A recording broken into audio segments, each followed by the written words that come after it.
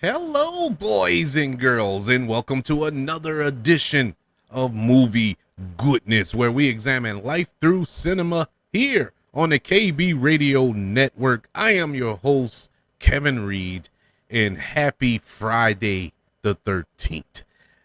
Should I say happy? Is that the proper way to address Friday the 13th? There's nothing happy about it. It is a dreary day if you're into superstition and all that, but it is indeed Friday the 13th. And to stay on brand with our month long celebration of Halloween, all movie goodness episodes this month will be horror based. So, what better way to have a Friday the 13th episode in the month of October? I mean, this is like fitting, isn't it? Is par for the course. Of course, we're gonna have Friday the 13th this month, and in the biggest duh ever in movie goodness history, we're going to review all 12 of the Friday the 13th films. Yes, they were one off of the lucky number 13, but it is 12. And you may want to scratch your head like there was 12. Yeah, I'm counting Freddy versus Jason as well.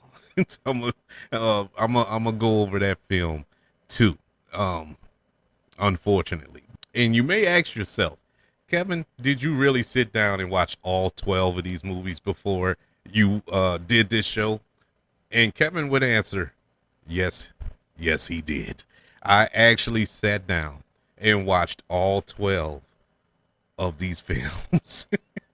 Not in one sitting, of course, but over the course of, I want to say 3 weeks, I will watch two here or three here, one this day when I have time, and another one here.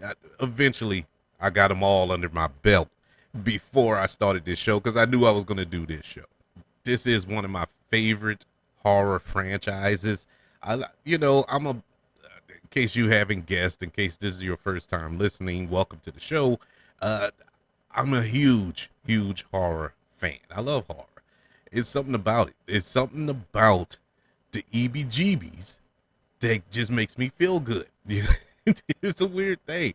I guess because I grew up in an era where horror meant something. The horror films that come out recently, uh, not so much. It don't have that same flavor as per a Friday the 13th film that came, used to come out in the 80s, and the Nightmare on Elm Street films, the Hellraiser films, all these films that came out in the 80s. It was primarily in the 80s where horror, I felt, was at its peak because we saw so many different type of horror films. Just think, aside from the slasher films like the films we're going to go over today, you had your ghost films, your haunted house films, with Poltergeist. Classic, classic movie. You had your vampire films such as The Lost Boys and Fright Night that came out in the 80s. Classic films. These were classics, or considered classics today. And they all came from this era of film. And, I'm being biased because this was the era I grew up in. I'm pretty sure you get somebody who grew up in the 60s and 70s may feel those decades were the best era for films. And, I can't argue that. I wasn't around, or a younger generation who feel the 90s and the 2000s were better. Okay, cool. Now, them I can argue with. I can argue with them because those they're decent for what they are, but nothing beats the 80s horror genre. Nothing. It was just different. It just hit different back then. And so one of the main things that made this era of horror so exciting was the fact that every year or every 2 years you would get another Friday the 13th film. Just like now or in the past 20 years, when the Saw franchise came out, every year on Halloween, another Saw film came out. and it was a tradition, and those films were what they were, and they were good for what they were. But in the 80s, it was Friday the 13th, and it became one of the biggest franchise in film history, one of the most profitable franchises in film history. But before we get into that, let's get into Friday the 13th itself. We have a lot of films to go over, so I don't want to prolong the time too much, but the day of Friday the 13th itself holds such a spooky kind of a, superstitious, vibe to it. It's something about Friday the 13th that's just considered an unlucky day, at least in the Western culture. But the day Friday the 13th, which isn't a holiday by no stretch of the imagination, but it is a day that holds some form of significance. As I said before, it's considered an unlucky day, and it happens at least once every year. But it can occur up to 3 times in the same year. We just recently had that. For example, in 2015, we had Friday the 13th in February, we had it in March, and we also had it in November. Uh, this will happen again in a couple of years in 2026. In 2017 through 2020, we had 2 Friday the 13th. 2016, 2021, and 2022, they only had 1 Friday the 13th each of those years, and we will only have one in 2025. Whereas this year, 2023, and next year, 2024, we have 2 Friday the 13th in the year. The month that contains a Friday the 13th, normally, well, not normally, it's going to have to happen. The first would have to fall on a Sunday in order to get a Friday the 13th. And so let's go through the history of Friday the 13th and how this became one of the unlucky days throughout history. Starting with Norse mythology, one source said the unlucky nature of the number 13 is a Norse myth about 12 gods having a dinner party in Valhalla. The trickster god Loki, no, not Tom Hiddleston in the MCU, but the Norse god Loki, who was not invited, but he arrived anyway to become the 13th guest at the dinner. And he arranged for Horde to shoot Baller with a mistletoe tipped arrow. Baller died and the whole earth got dark. The whole earth mourned. It was a bad, unlucky day. This major event in Norse mythology caused the number 13 to be considered unlucky. Moving over to Christian association with the 13th unlucky number, the superstition seems to be related to a variety of things, like the story of Jesus' Last Supper and the crucifixion, in which there were 13 individuals present in the upper room on the 13th of Nisan, Monday, Thursday, the night before the death on Good Friday. The social impact of Friday the 13th is monumental, to say the least. According to the Stress Management Center and Phobia Association in Asheville, North Carolina, an estimated 17 to 21 million people in the United States are affected by a fear of this date, having it the most feared day and date in history. Some people are so paralyzed by fear that they avoid their normal routines of doing business, taking flights, or getting out of bed. They don't even get out the bed. And it has estimated that here in the United States, $800 to $900 million is lost in business on Friday the 13th. Despite this, representatives for both Delta Airlines and Continental Airlines, which is now merged with United Airlines, has stated that the airlines do not suffer any notable drop in travel on Friday the 13th. Meanwhile, in Finland, a consortium of governmental and non governmental organizations led by the Ministry of Social Affairs and Health promotes the National Accident Day to raise awareness about automobile safety, which always falls on Friday the 13th. The event is coordinated by the uh, Finland Red Cross and has been held since 1995. Now, to be completely honest, I do know people who are terrified of this day. So I don't mean to make light of it and joke and laugh about it, but I do know people seriously are superstitious of this day. Not only Friday the 13th, but anything. Like if a cat, I used to know a woman, God rest her soul, she passed away years ago. Uh, if a black cat was to cross her path, she would go the other way. She would turn around and go around in the car. She would go back up and go around in another direction. She was that superstitious, and I mean, I get it. I get it. At one point, I went through a little bout of superstition, and it was just weird. It was a weird feeling. I don't, not so much now, at least not that I know of.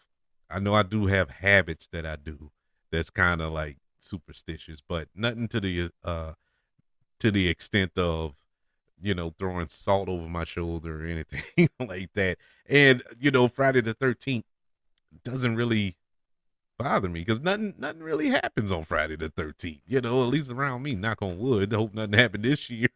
But it's just another day to me. But there are people who are terrified of this day. I mean, it is a spooky day for them. I don't care if it's in October, February, June. It doesn't matter. It is a spooky day for them. They're very cautious of how they move on Friday the 13th. I just want to give a little history on it and how this came to be and why this is such an unlucky day for so many people. But let's get into our films because we have a lot. We have 12 to go over, and these are movies that just shaped my childhood in good ways and in bad ways. uh, I'll say it now because I don't remember which one of these movies it was. I honestly don't remember. But I think I told this story before, and if I'm repeating myself and y'all don't want to hear it, I'm sorry. Not sorry. But I'm gonna say it again. Uh, we used to go up to my grandparents up there in Mississippi, the Delta, and that was country. That was country to me. There were no street lights, so when it's night, it's night. It's dark. It is you can't see nothing. The only lights you see are lights coming out of the house. So we would go up there from time to time. At least 3 times a year we'd go up there and visit. We had other family members up there and whatnot. So whatever. I was younger. I had to be around 5, 6, 7, somewhere up in that range. And I watched Friday the 13th, one of them. I can't tell you which one it was. Don't remember which one it was. But I watched it and of course wasn't supposed to watch it, but I watched it with my brother, my big brother, and our cousin. And so we up there and we watching this movie, man. And up there in the woods. And up there are woods up there, it's dark. so so when the movie went off, I'm scared. So my brother and my cousin, they wanted to walk to my other grandparents' house, who lived on the same road. But if you know anything about the country, houses, it ain't like now. Next door wasn't literally next door. Next door was like a mile away until you got to the next house. And my other grandparents' house was like, I don't know, 5 miles down the road or something. I can't even remember. But, a young me, I wanted to hang around my brother. So if he was gonna walk down there, I was gonna walk down there with him. And it's pitch black outside. And so they walk outside, and I guess they teamed up to do this. I walked out the door first. And so when I walked out the door first, they closed the door behind me. And I kid you not, people, I couldn't find the door. It was that dark outside. Once the light from the door was, shut off, I couldn't see nothing. I'm on the porch. I'm screaming and hollering. I mean, screaming. I think my mom had to come outside and get me. I mean, I'm screaming and hollering. And it was like one of the most terrifying moments in my life because I'm like, Jason is coming to get me. Oh, I missed a major part. And so while they're doing that, and while I'm outside trying to get back in, I can hear them on the inside. Tore me up. Tore me up. I couldn't. I was done. It took me a long time to watch another Friday the 13th movie after that. But in a weird twist of fate, it didn't traumatize me to the point where I was scared not to watch it. I actually wanted to watch more. It's not one of those traumatic childhood memories or repressed memories that made me hate my brother or made me not want to go to the woods and all this other stuff. No, I actually look back on that and it was funny and it was fun. That's something I would do to to somebody now. It's just, I don't know. It's just one of those good memories. That's how thrown off in the head that I am. But enough about me. Let's dive in to this horror franchise that is one of the storied franchises in Hollywood. Friday the 13th. It is an American horror franchise that comprised of 12 slasher films. It has one television series that came out. They have novels that have come out, comic books, video games, tie-in merchandise, all type of properties have come out of this IP. Come out of Friday the 13th. The franchise mainly focused on the fictional character of Jason Voorhees, who was thought to have drowned as a boy at Camp Crystal Lake due to the negligence of the camp staff. Decades later, the lake is rumored to be cursed and is the setting for a series of mass murders. Jason is featured in all of the films as either the killer or the motivation of the killings. The original film, or how this franchise came to be, was that the producers were trying to cash in on the success of the 1978 slasher film Halloween, which was written and directed by John Carpenter. Uh, Friday the 13th was written by Victor Miller and it was produced and directed by Sean S. Cunningham. The films has grossed over $468 million at the box office worldwide. It was the highest grossing horror franchise in the world until 2018 when the new Halloween came out. And when Halloween was released, it put the Halloween franchise at the top spot. Frank Mancuso Jr., a producer of the films, also developed a television show, Friday the 13th, the series, after Paramount released Jason Lives.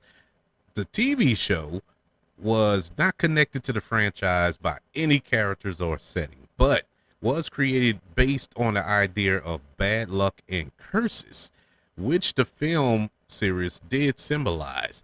While the franchise was owned by Paramount, 4 films were adopted into novels, with Friday the 13th Part 3 was adapted by 2 separate authors. When the franchise was sold to New Line Cinema, Sean S. Cunningham returned as a producer to oversee 2 additional films, in addition to a crossover film with the character Freddy Krueger from Nightmare on Elm Street. Under New Line Cinema, 13 novellas and various comic book series featured Jason were published. Although the films were not popular with critics, Friday the 13th is considered one of the most successful media franchises in America, not only for the success of the films, but also because of the extreme, extensive merchandising and repeated references to the series in pop culture. The franchise popularity has generated a fan base who has created their own Friday the 13th films, fashioned replica Jason Voorhees costumes, and tattooed their bodies with Friday the 13th artwork. Jason's hockey mask has become one of the most recognizable images in horror and popular culture. Let's begin. Our first review is, of course, the one that started it all back in the year 1980, Friday the 13th.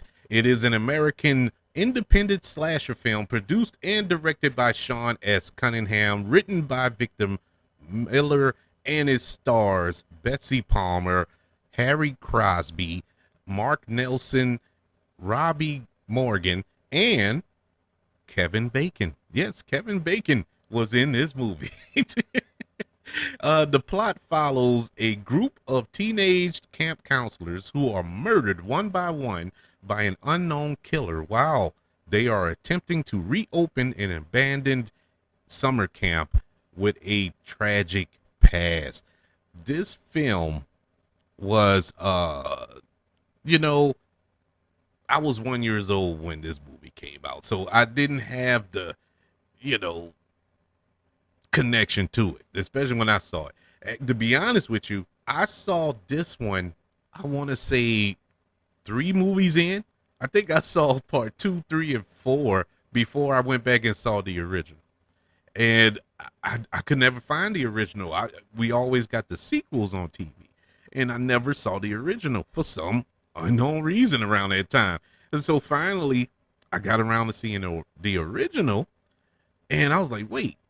I'm like, wait, this is crazy, man. It's wait, you mean to tell me? And of course, we're gonna spoil it. I mean, this is a 43-year-old movie. I mean, come on, uh, we're gonna spoil it. But when the reveal at the end happens, and you're like, no way. Now I wish I was alive when this happened. Well, I was alive technically, but I wish I was of age to have seen this in the theater and know what I was watching. This, I can just imagine how people's jaw hit the floor when it was revealed that it was the mother, that it was Betsy Palmer playing Pamela Voorhees. And you're like, wait, she's the killer? She is the killer? And the brutal ways that these kills take place. That's the thing about the Friday the 13th franchise. I should have said this earlier when I was leading up into this. I went to go see these movies because I wanted to see new innovative ways that Jason was going to kill these kids. And, yeah, like I told y'all, I'm sick. I'm sick in the head. And I wanted to see that. But in this film, it was so brutal. Now you can sit back years later and see these kills and see how these kills were pulled off. You're like, this woman did not do do these things, but it was still fun to watch, and the reasoning behind it, the motive behind it. You're like, okay, I can see it. I can understand why she's flipped out and went crazy. See, the basics of it is that her son Jason died. He drowned, and the reason he drowned is because the camp counselors at that time were too busy having sex, and so they weren't paying attention, and her son drowned. And so she's taking it out on these new camp counselors who were there, and they're doing the same thing, which is in every Friday the 13th film. You would think they would get the point, wow, that they would stop having sex at this camp. But anywho's, she dispatches these camp counselors one by one, and it was such a good film. And I enjoyed it, and especially the end. This is the era when the ending was more shocking than the movie itself. And when we see this decomposing corpse jump out of the water and drag the lead actress down in the water, and she wakes up in the hospital bed, and she asks the police, like, did you find the boy? Is the boy there? Is Jason there? Like, no, there was nobody there. What are you talking about? There was nothing there. And she's like, oh, then he's still there. And that's how the movie goes off. And you're like, man, that is fire the way that went down. One of the best kills in this movie was actually Kevin Bacon's death. When he's laying in the bed, goes after he got some nookie, he's laying in the bed, and you see a hand come and hold his hold his forehead down, and you see the knife come out through his neck. That was a cool effect for 1980. That was a cool effect because it really looked like somebody stabbed him through the throat. That was fire. But yes, Friday the 13th was just mwah, beautiful, beautiful first film of this franchise. It gets a letter grade of an A minus, a classic. It is an absolute classic, and it gave birth to this franchise. Because if this movie failed, we wouldn't have 12 films. We wouldn't have TV shows and novels and comic books if this film doesn't work. And this film worked flawlessly, in my humble opinion. And it's still an awesome movie to watch to this day. So, Friday the 13th, the very first film from 1980, gets an A minus. And this is also one of the greatest trivia questions of all time. When somebody asks you, out of the 12 Friday the 13th films, how many of them had Jason in them? You can you know the answer. Actually, this isn't the only film in the Friday the 13th franchise not to have Jason Voorhees, but we'll get to that in a few. But we moving on now to part 2 of Friday the 13th, which came out the very next year in 1981. This go around, this film is directed by Stephen Miner, who make his directorial debut. And the premise to Friday the 13th Part 2, it takes place 5 years after the first film. And Part 2 follows a similar premise, with an unknown stalker killing a group of camp counselors at a training camp for Crystal Lake. The film marks the debut of Jason Voorhees as the series' main antagonist. This originally the thought process was Friday the 13th was going to be an anthology film series. It wasn't going to be Jason Voorhees all the way through. It was going to be based on the Friday the 13th superstition. Every movie was going to have a different take on it. But after the popularity of the original film and the surprise ending, the filmmakers opted to continue the story and the mythology surrounding Camp Crystal Lake. So a trend that would be repeated in every film in the franchise. And I'm not mad at them for that. It's cool. I would have loved an anthology series, a different film. They did the same thing with Halloween. They said that they wanted to do, that's how we got Halloween 3 Season of the Witch. They were going to go different Halloween stories. But the popularity of Michael Myers took off, so they went on ahead and rode that train. And the same thing here. Jason Voorhees' story just became a thing of his own. Now, not too many people refer to it as Friday the 13th films. They like the new Jason movie, just like Nightmare on Elm Street. People say, oh, the Freddy Krueger movie. The character becomes its own thing. And Jason was one of those characters. But concerning part 2 was very formulaic. It was copy and paste from the first one. I mean, It was very, very similar. They didn't swing for the fences. They didn't take any chances. They really stuck with what was working. And I get it, you know, but they didn't do anything different other than the fact that Jason was actually doing the killing here. And now it did feel a little personal because this is before he gets the mask. He don't get the mask until part 3. I know a lot of people think of Jason and he's in a mask the entire time. He's always in that hockey mask. No, he was not in this hockey mask in this film. And he had a bag over his head with one eye cut out. So it felt more menacing that way. And now once he got the hockey mask, yeah, it was still menacing, but it didn't have that same effect as the bag. But nonetheless, this film ends on a similar note. We don't know the whereabouts of Jason. We think he's dead, but is he?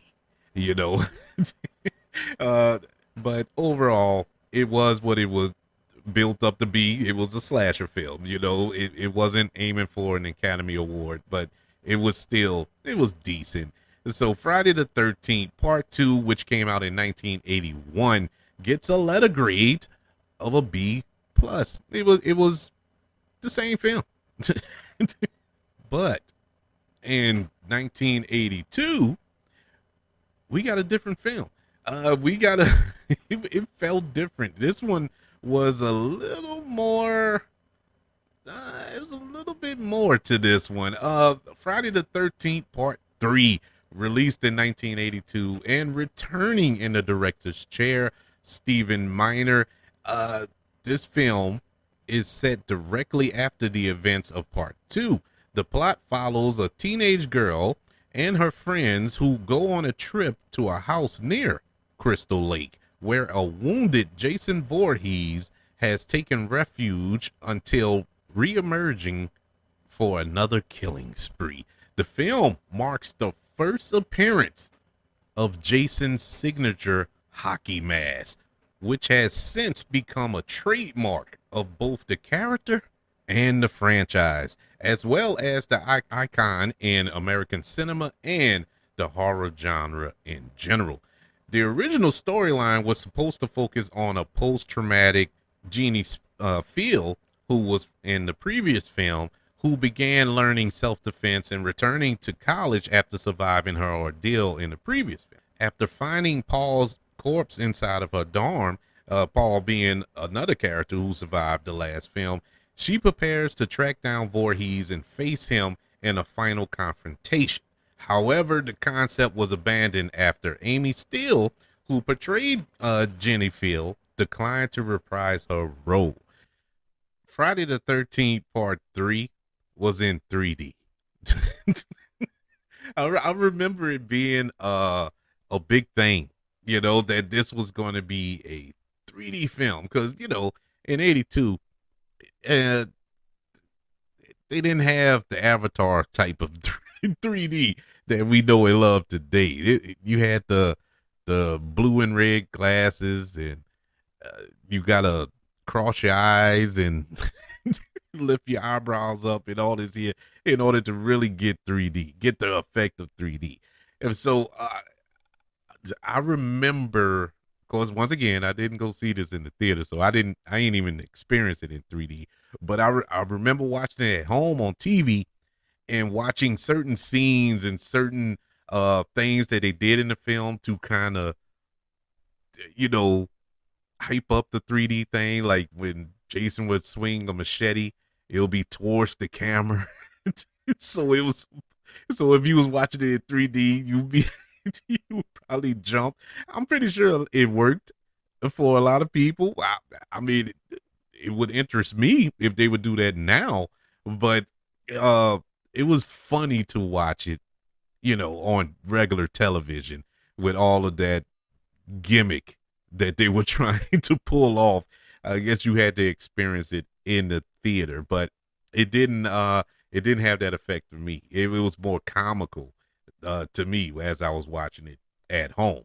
And so that kind of denigrates it a little bit, just a tad. But it's still a good one. It, you know, before I go any further, because we have a lot to go through, when I grade these films, I'm grading them to the quality of Friday the 13th films. Like if I give, like for instance, I gave the first one a A minus, and you may think back on the show, and I gave like Avatar an A minus. So you might think like, okay, it's it's just as good as Avatar. No, I'm giving the grades based on the film.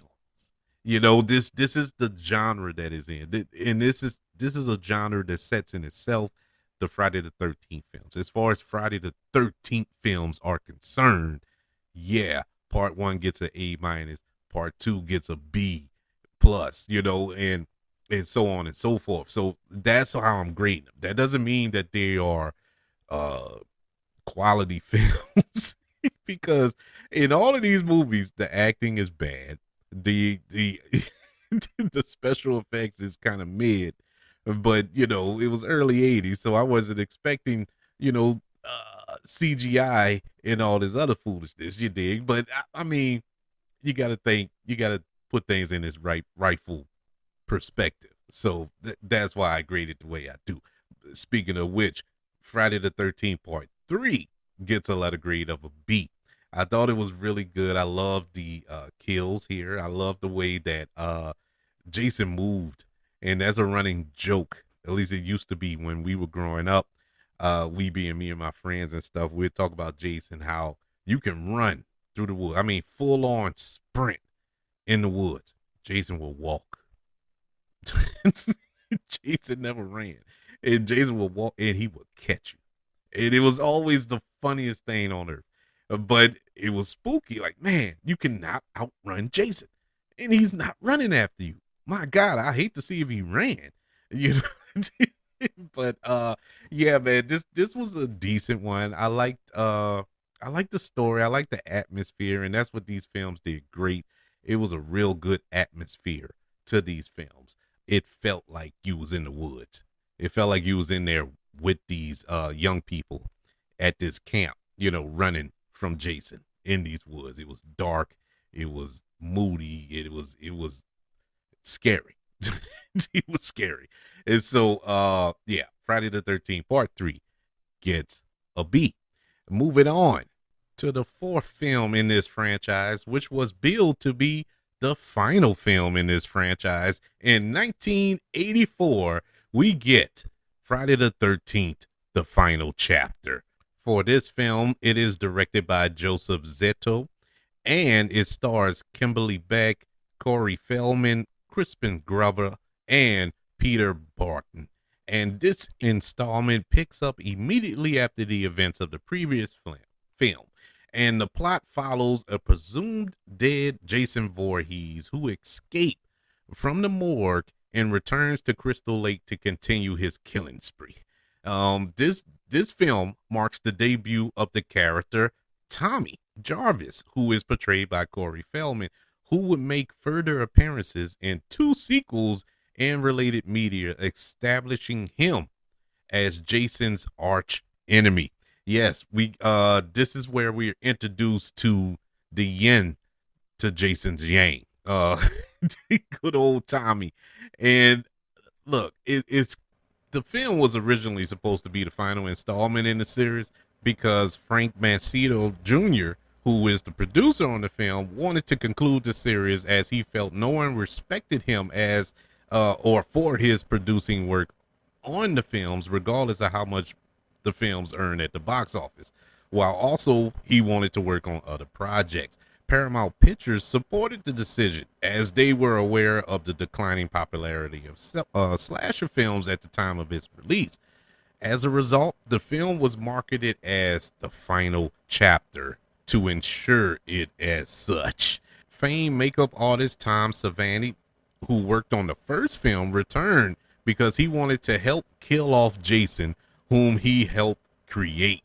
Um, Boy, were they wrong. This film was awesome. This was probably the best send off they could possibly do for this franchise. It was. I thought that the story was flushed out better. I mean, this was more of a film. this was actually a film, and they went out on top, supposedly, and the kills were awesome. The acting was really good. I mean, everything about this movie was good. I mean, if this was going to be the end, this is how you do it. Everything just worked perfectly, but they just couldn't help themselves. They couldn't help themselves. The very last shot of the movie, after they've killed Jason, and you know, uh, they're in the hospital recovering. Tommy, he goes to visit. I forgot her name, but goes to visit the woman who they survived the ordeal, and they hug, and all of a sudden Tommy gives this disturbing look into the camera, and it goes off. And you like, but they can't end it like that. They're not gonna end it like that, and they didn't. But anywho's, Friday the 13th, the final chapter, was one of the best in the franchise. The only other one that I think is equal to the original. That's why it gets a letter grade of an A minus. I love this one. I think, if memory serves, this was the first one I actually watched. I think this was the first one I actually watched, and I eventually made my way back to watching the other ones. And hey man, this is what got me hooked to it. But yeah, it is clearly one of my favorites. But we don't stop there. The final chapter, my butt, because the very next year, in 1985, I guess they said, hey, if it ain't broke, don't fix it. The fifth film in the Friday the 13th franchise, Friday the 13th, A New Beginning. This go around, the film is directed by Danny Steinman. It stars Melody Kidderman, John Shepard, and Xavier Ross. A New Beginning is set years after the events of the previous film. The story follows a teenage Tommy who is institutionalized at a halfway house near Crystal Lake because of the nightmares of the mass murderer Jason Voorhees, whom he killed as a child. Tommy must face his fears when a new hockey mask wearing murderer initiates another violent killing spree in the area. This one, I have a soft spot for, but at the same time, it wasn't good. Should I say? The acting once again was bad, but this particular one, if you're into the gore and all that stuff, this would be your favorite one, because this is the bloodiest one, at least of this era. This was super bloody. It had I think, the highest body count up to this point. It had the most nudity. It had the most sex scenes. It had, they took everything. It had drug use. They took everything from the I think this movie had about as equal as the previous four films combined, and, and just smashed it all up into this film. Uh another thing that I liked about it, the black kid lives at the end. That's what gravitated me to this movie, because the black kid lives. I was like, oh, finally, finally, we get a victory here. But aside from that, this was not a good one. Another trivia question. Um, this is the second Friday the 13th film that doesn't have Jason Voorhees. He is not the murderer in this film. But this was just very silly. I think the murderer was a police officer who was seeking revenge, because his son's death or something like that. And I'm like, what? And then the way that the police chief reveals this at the end, he was like, oh yeah, we kind of overlooked that. It was like, oh, my bad. And it was just dumb the way it revealed. Then we get the reveal at the very end, the very last shot of the film, with Tommy. Uh, he has the mask and he has a kitchen knife in his hand, and it goes off. So now you're like, okay, he's the new Jason. And I'm like, nah. I didn't really embrace this one too much, but it was what it was. It still has they all have a soft spot in them. I love them all, even though they bad. Some of them are just horrible, but I do love them for what they are. But Friday the 13th, A New Beginning, gets a letter grade of a C minus. It's not interesting in the least bit, other than the kills, and that's all this movie was good for. To be 100% honest with you, uh, nothing else about it was appealing. But since we haven't had Jason, um, been missing him, obviously that's what this franchise is. And the producers and the studios, they lost track of that last time because the film kind of took a dip at the box office, and they didn't know why. Well, the reason why, the main villain is not in it. You know, how can you make a Batman movie without Batman? And how can you make a Jason movie without Jason? And they learned the hard way. So, in typical fashion, you learn from your mistakes. Good job by the studio and the producers, because in 1986, we got Friday the 13th, Part 6, Jason Lives. Yes, Jason Voorhees returns for this installment of the franchise. The plot is it takes place after the events of the previous film, and it follows Tommy after he accidentally resurrects Jason Voorhees while attempting to destroy his body to ensure he will not return. While Jason returns to Crystal Lake for another killing spree, Tommy must overcome his fear of Jason that has haunted him for years and find a way to stop him once and for all. The original storyline had Tommy becoming the series' new antagonist, but after the poor reception of A New Beginning, the producers instead brought Jason Voorhees back, and no mention is made of the events of the previous film. They just disregarded what took place in part 5. But in the resurrection of Jason, the director Tom McLaughlin made him an explicitly supernatural force for the first time in the series. This version of Jason, an undead and more powerful superhuman, would become the standard depiction for the rest of this franchise. The film also introduced meta humor, gothic humor, or gothic horror, should I say, and kind of some action film elements mixed up in there, including shootouts and car chases. And so this was a bigger production. You know, they went all out for this one by the Friday the 13th standards. And, you know, another thing that kind of threw me off, you know, around this time, like I said, I was young. I didn't know what was going on. You know, you can look back now and see that, okay, they just disregarded the last film. But for a young man who's watching these movies like you're watching a TV show, continuity is key. And the continuity was off big time when we when we got Jason Lives, because I'm like, last time we saw Tommy, he had on a hockey mask with a knife, you know, and now this movie opens up, Tommy, who is played by a completely different person, by the way, uh which was also confusing.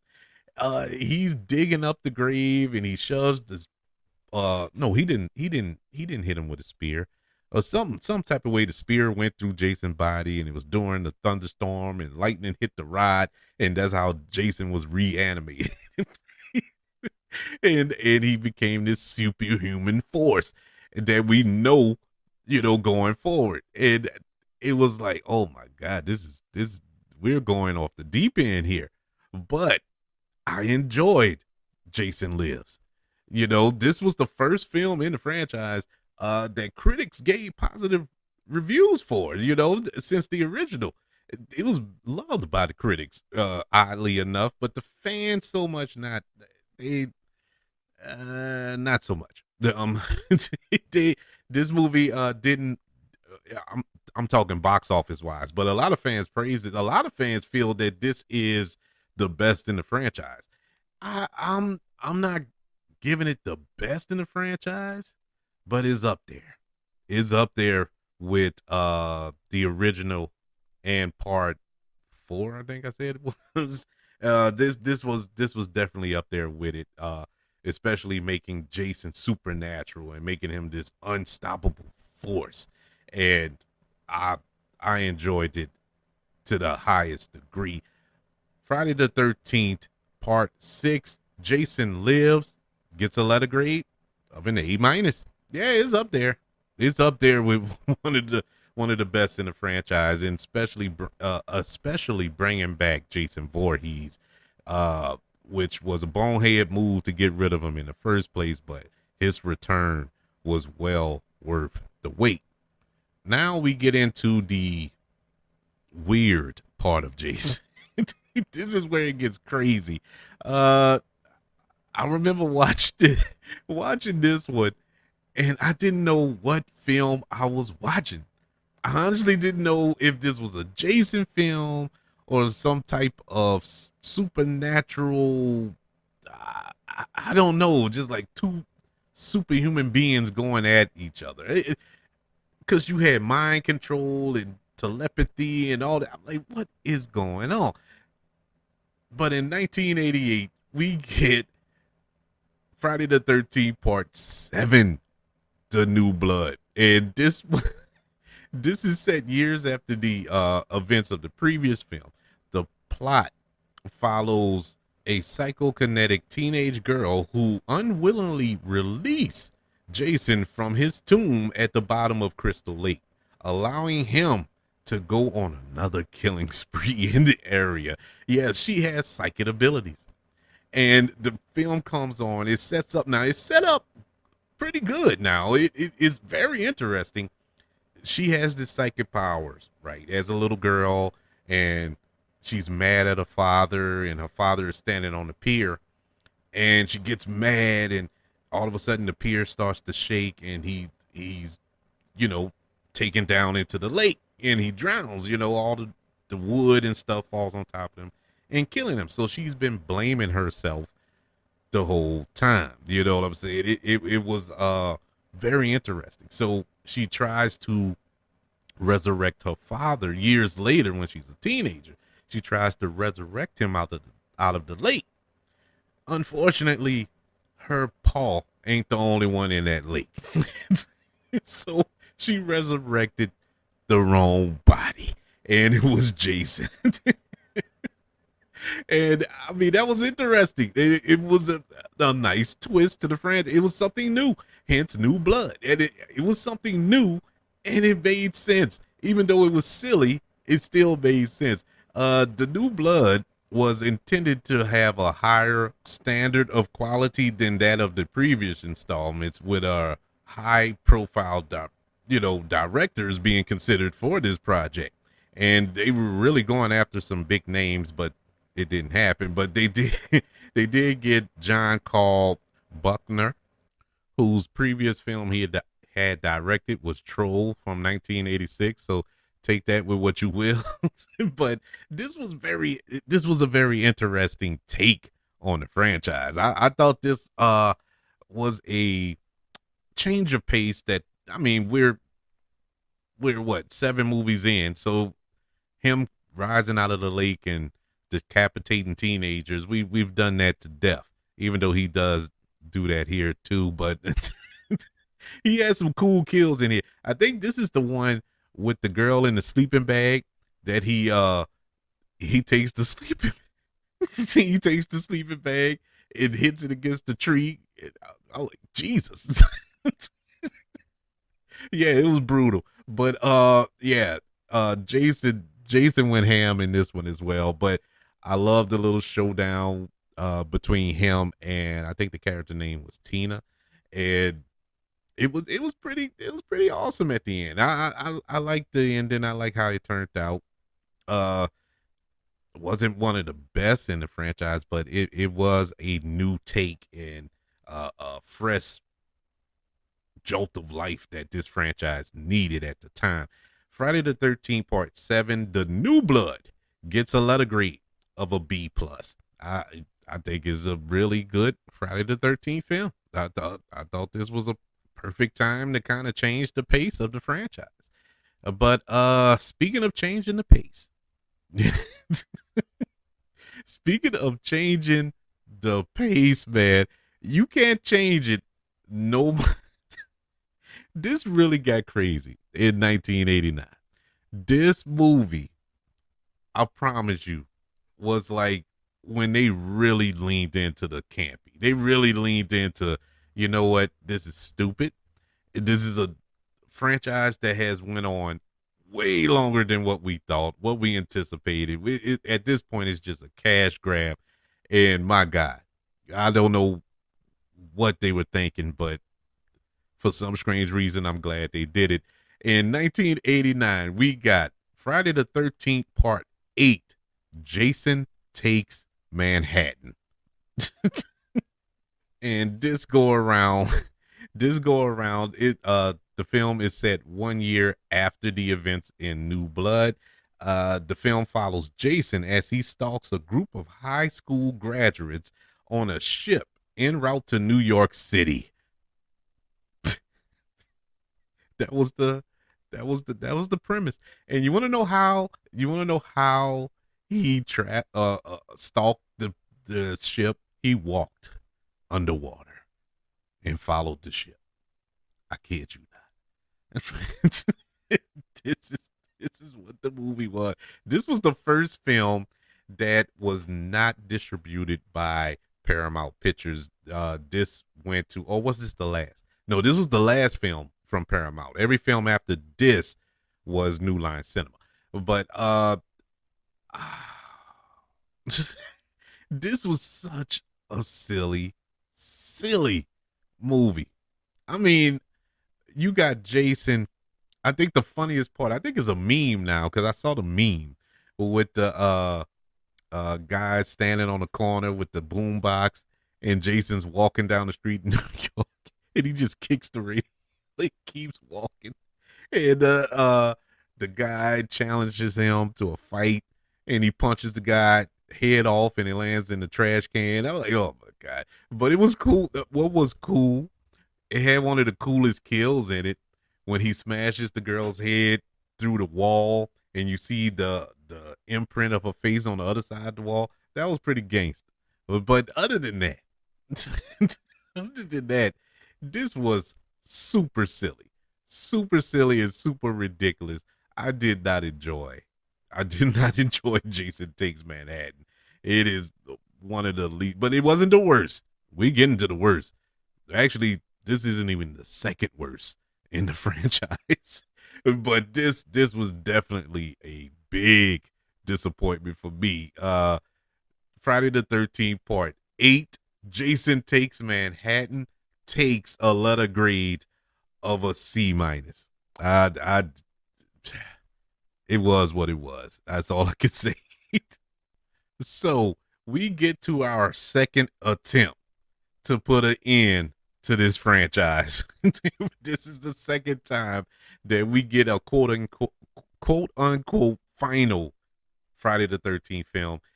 In 1993, Jason Goes to Hell, the final Friday. This film is directed by Adam Marcus. It is produced by the original director, Sean S. Cunningham, and it takes place after the events of Takes Manhattan. The film follows Jason's spirit as it possesses various people to continue his killings after his death. To resurrect him, Jason must find and possess a member of his bloodline, but he can also be permanently killed by one of his surviving relatives using a magical dagger. I mean, they just said, forget it. They just said, he just throwing stuff against the wall, see what stick at this point. It look, I enjoyed the most for the most part. I enjoyed this movie. It had its points, but um, the possession scenes didn't really quite get there. He's possessing these people, and how he came to be was the doctor performing the autopsy ate part of his heart or something. It just randomly ate his heart, and he was possessed by Jason. He goes on a killing spree. Then he possesses another person, and it was come on, man, this is ridiculous. It's ridiculous, and you know the whole you need a magic dagger and all these things from a relative has to be a part of the bloodline and all this there. Like, okay, where did this come from? Because we haven't heard anything about another Voorhees in any of these 30 movies. We haven't heard a peep about another part of the family. But whatever. At this point, this is the last one. Who cares? We just gonna do it. And look, it was interesting. It was fun. It was campy. It didn't hide what it was. It truly leaned into the silliness, and that I respect it for that much. But we get the biggest setup in the history of film at the end of this movie when Jason is vanquished and his mask is on the ground. Right before it cuts to black, we hear a laugh, and you're like, wait. We know that laugh. Jason don't laugh. Jason don't say nothing. Wait, ain't that Freddy? And all of a sudden you see the glove, the hand with the glove with the knives come out of the ground and drags the mask to hell. It's like, oh, this is fire. They actually gonna cross this over? Wait, I want some more. And that was just cool. A cool little send off to this franchise, even though we all know that wasn't the end. But Jason Goes to Hell, the final Friday, gets a letter grade of a C minus. It was mid. It was like, okay, well, it's over. Around that same time, you also got Freddy's Dead and all that there. I think it was just, I think the slasher genre had jumped the shark at that point, and they were just putting a bow on all of these franchises. So allegedly. So we move on, and Jason, we've had the slasher, we had the stalker, we had the supernatural, we had the possession. What other step can you take in this franchise? Well, we can go science fiction. In 2001, we were blessed with Jason X. Oh my God. The 10th film in this franchise. This was it. I hesitated for a long time to watch this movie. I did not go to the theater. I did not rent it. I did not watch it when it came on television for a long time because it just reeked of stupidity through the trailer. And I just did not want to result to watching this dumb movie. And finally, I was convinced by a friend of mine. Uh, he was like, "Man, you gotta watch it. It's really good." And he always hyped up. God rest his soul. He's not with us anymore, but he always hyped up these horror movies because he was a horror nut as well.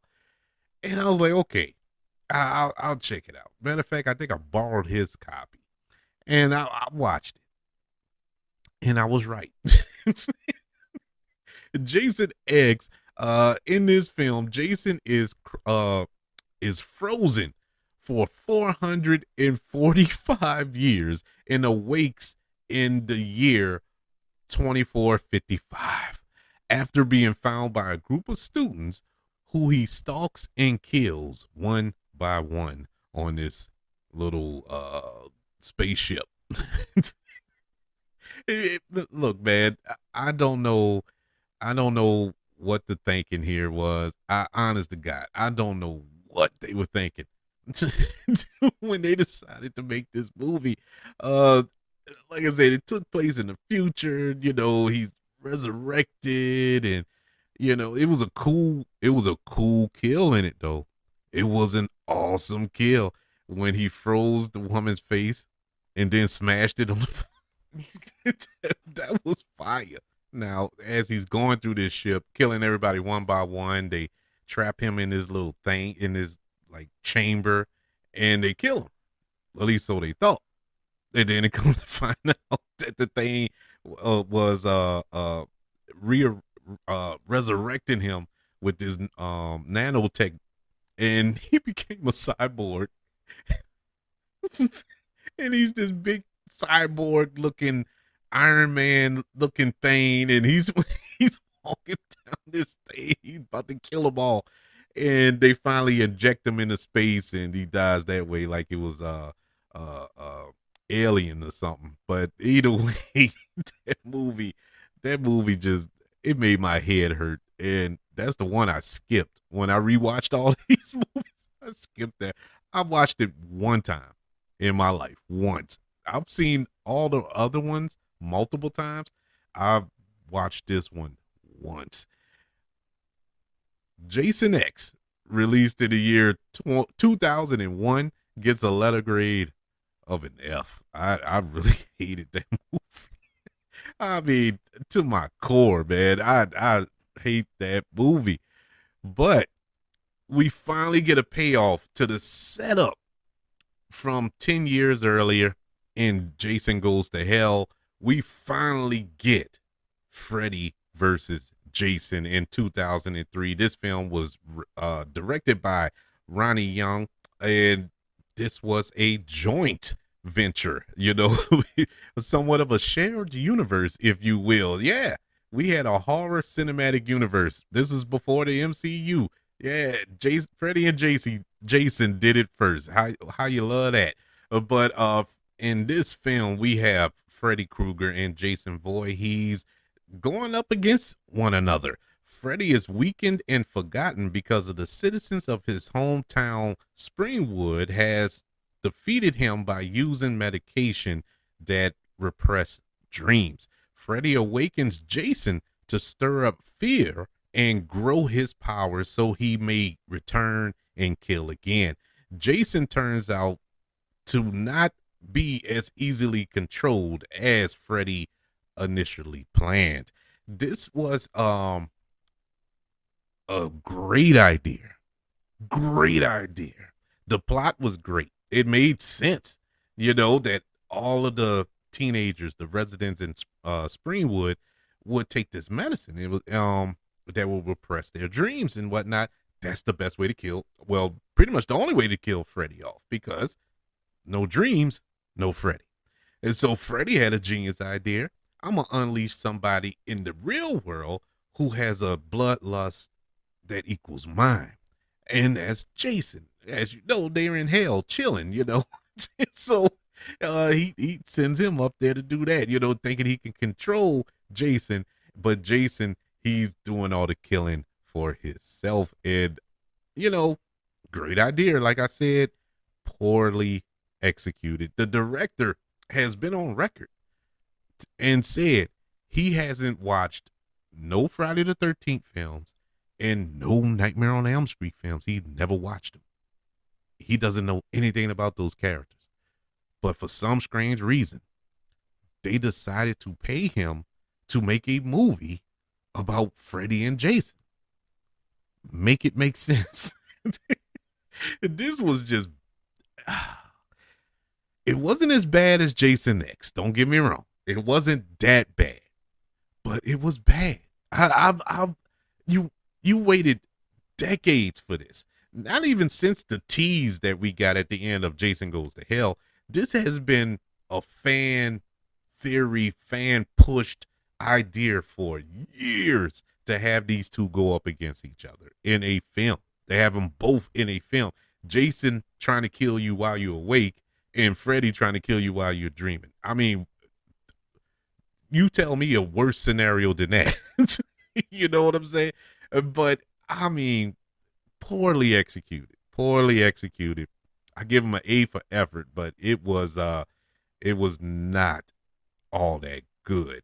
Freddy versus Jason, which was released in 2003, gets a letter grade of a D plus. I was really, really disappointed with this entry. It's one of those movies you can watch just to laugh at. It's funnier than anything. But the killer is that they made Jason weak. They gave him a weakness. His weakness was water. Like, are you kidding me, man? He sleeps in a lake. I don't understand how you make his weakness of water. It was just bad. It did not work. And you know, you got two frightening characters from an era in time that wasn't frightening at all. It was super disappointing. But anywho's, we've arrived to our final film in the franchise. This was a pseudo reboot of the Friday the 13th franchise, at least an attempt of a reboot. It is none other than the 2009 slasher film directed by Marcus Nipsey, Friday the 13th. And this was an updated version of the franchise. Now, around this time, this is produced by Michael Bay and his team. And this is around the time Michael Bay was trying to relaunch this era of horror. You know, the 80s horror films. He I think Nightmare on Elm Street, he tried, the Texas Chainsaw Massacre, they tried. It was and this one actually had me excited because this is a simple franchise. It's really kind of hard to mess up Friday the 13th if you're gonna reboot it. You know what I'm saying? See, they tried to reboot the other ones and it didn't quite get there. Actually, I enjoyed the Texas Chainsaw Massacre reboot. It was all right. A Nightmare on Elm Street, not so much. And so this one I thought was okay. Okay, this looks interesting. And then the trailer came out, and I saw something in that trailer that blew my mind that I've never seen in a Friday the 13th movie. Now, that may come crazy because, like I said before, we saw psychics, we've seen supernatural, we've seen a cyborg, Jason, we've seen Jason take on Freddy Krueger, we've seen all type of stuff in this franchise. So how can you up the ante? By one simple thing. We saw Jason run. Blew my mind. I was like, he ran. And that is scary. That made it scarier. And then the size of him in this movie was just bulking and menacing. And oh man. But the movie just didn't quite get there. It was good. It has its rightful place among the Friday the 13th films. And I understood the changes that they were trying to make, but it just didn't quite get there. The film kind of dragged at portions of it. I mean, you're in a slasher film, you know. It's supposed to have some interesting kills, and at no point should you get bored in a movie like this. And there was portions throughout this film that I was actually bored, and that's not good. You know, now when it got exciting, it got exciting. But you'll get these 15-minute increments where you're just bored to death. You're like, come on, man, let's get to the next kill. You know, the story was not interesting at all in between the kills. So that's the only knock I have on it. I thought they could have I really thought they could have continued this particular franchise. But We haven't seen a film since. They've been trying to, well, they being Hollywood, have been trying to remake or reboot this franchise for a few years, but I think the rights are tied up with so many companies that nobody can make the movie. Is wow. But nonetheless, uh Friday the 13th from 2009 gets a letter grade of a C plus. It was all right. It was decent, but it's nowhere near captures the magic of those films from the 80s to me. But that is the review of this franchise. That's all 12 films in the Friday the 13th franchise. One of my favorite horror franchises of all time. And we're long overdue for some Jason Voorhees running down some teenage white girls in the woods.